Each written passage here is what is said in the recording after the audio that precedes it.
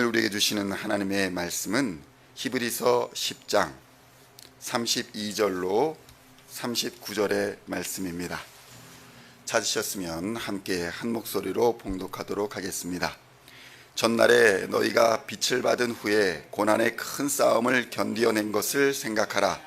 혹은 비방과 환난으로서 사람에게 구경거리가 되고 혹은 이런 형편에 있는 자들과 사귀는 자가 되었으니 너희가 갇힌 자를 동정하고 너희 소유를 빼앗기는 것도 기쁘게 당한 것은 더 낫고 영구한 소유가 있는 줄 알미라. 그러므로 너희 담대함을 버리지 말라. 이것이 큰 상을 얻게 하느니라. 너희에게 인내가 필요함은 너희가 하나님의 뜻을 행한 후에 약속하신 것을 받기 위함이라. 잠깐 후면 오실 이가 오시리니 지체하지 아니하시리라. 나의 의인은 믿음으로 말미암아 살리라. 또한 뒤로 물러가면 내 마음이 그를 기뻐하지 아니하리라 하셨느니라. 우리는 뒤로 물러가 멸망할 자가 아니요 오직 영혼을 구원함에 이르는 믿음을 가진 자니라. 아멘. 할렐루야. 오늘은 히브리서의 26번째 시간으로 히브리서 10장 32절로 39절까지의 말씀을 본문으로 의인은 믿음으로 삽니다 라는 제목으로 은혜의 말씀을 함께 나누고자 합니다. 성도 여러분, 세상이 정의롭지 못하다고 생각할 때에, 또 세상이 불공평하다라고 생각이 들 때에 우리는 좌절을 하게 되고 소망을 잃어버리기도 합니다. 이 세상은 더 이상 가능성이 없다라고 포기하기도 하는 것입니다. 그런데 사실 이러한 생각들은 거의 대부분이 상대적인 경우가 많습니다. 내 기준에는 불합리하고 또 불공정한 일들이 어떤 사람의 기준에서는 대단히 합리적이고 또 공정하게 여겨지는 경우가 많다는 것입니다. 특히 선거나 또 정치 방면에 있어서 정책 같은 면에서는 이러한 일들이 매우 선명하게 벌어집니다. 나라와 나라 사이에서도 이러한 차이로 인해 심하면 전쟁에도 이르게 되는 것입니다. 이러한 다양한 가치관이 공존하는 세상을 바르게 살아가려면 시대와 장소를 따라서 변하는 가치 기준을 따라 살 것이 아니라 변하지 않는 진리를 따라 사는 것이 필요하다는 것입니다. 그렇다면 우리가 따라 살아야 할 진리는 과연 어디에 있는 것일까요? 진리라는 것이 과연 존재하는 것일까요? 본인 스스로를 진리다라고 주장한 사람들은 세상에 많이 있었습니다. 그러나 자신의 주장이 진리임을 증명한 사람은 오직 한 분 예수 그리스도밖에는 없는 것입니다. 요한복음 14장 6절에서는 이렇게 증언합니다. 예수께서 이르시되 내가 곧 길이요 진리요 생명이니 나로 말미암지 않고는 아버지께로 올 자가 없느니라. 아멘. 성도 여러분, 이렇게 예수님은 하나님께로 갈 자가 오직 예수 그리스도를 통하는 수밖에 없다고 그렇게 공언하고 있는 것을 볼 수 있는 것입니다.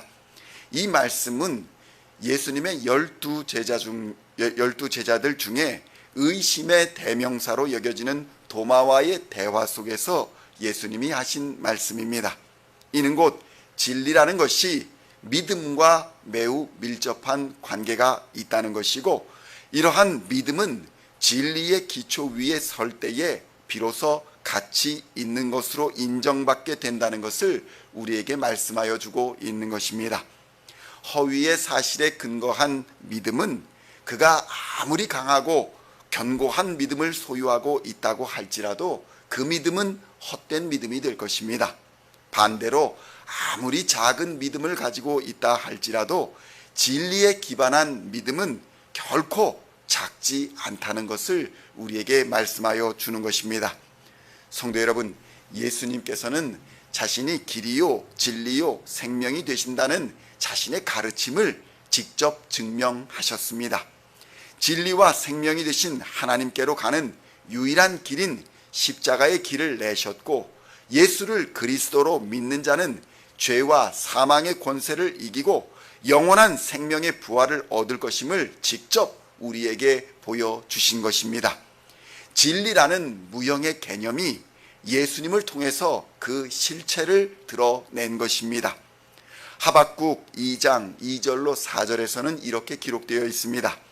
여호와께서 내게 대답하여 이르시되 너는 이 묵시를 기록하여 판에 명백히 새기되 달려가면서도 읽을 수 있게 하라. 이 묵시는 정한 때가 있나니 그 종말이 속히 이르겠고 결코 거짓되지 아니하리라. 비록 더딜지라도 기다리라. 지체되지 않고 반드시 응하리라.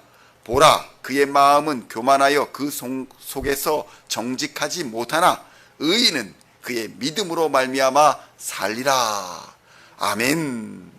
성도 여러분, 이러한 하박국의 말씀이 기록된 당시에는 지금의 중동 지역이 매우 정치적으로 불안정한 상황에 있었습니다.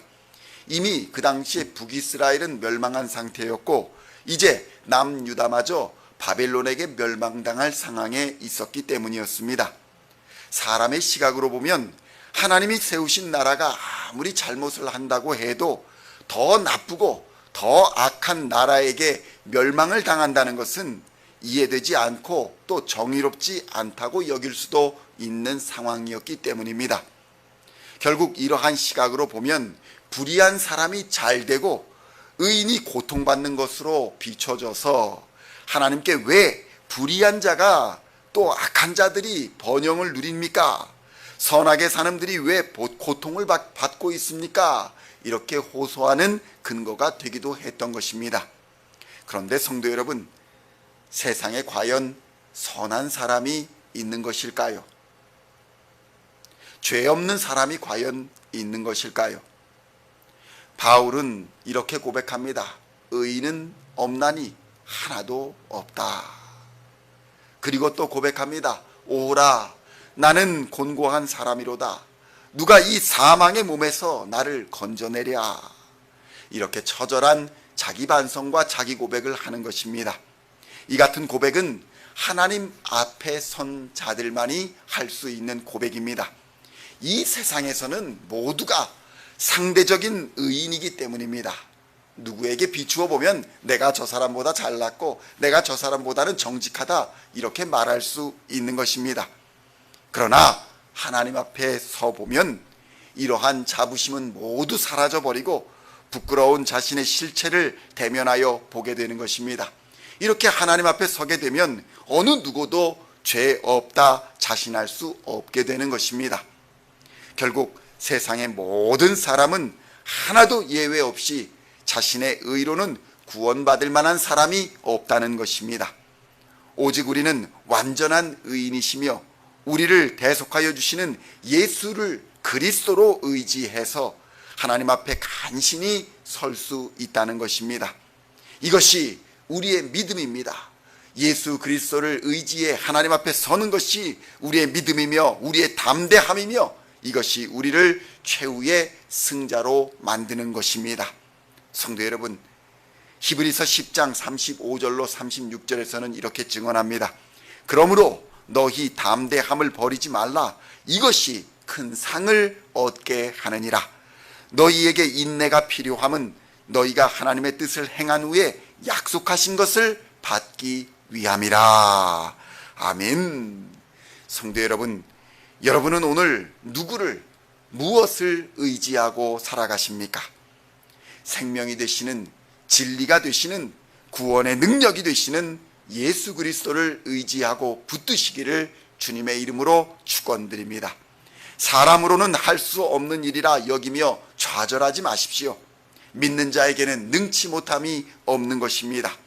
환난과 고통과 핍박과 죽음의 권세를 이기고 십자가의 복음이 우리에게 오늘날까지 전달된 것은 결코 우연이 아닌 것입니다.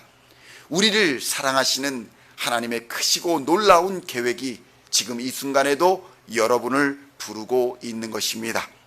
오늘도 우리 주 예수 그리스도의 말씀과 성령의 능력으로 두려움과 염려와 세상의 모든 권세를 넉넉히 이기고 승리하시는 우리 시온의 성도님들 다 되시기를 우리 주 예수님의 이름으로 간절히 축원드립니다.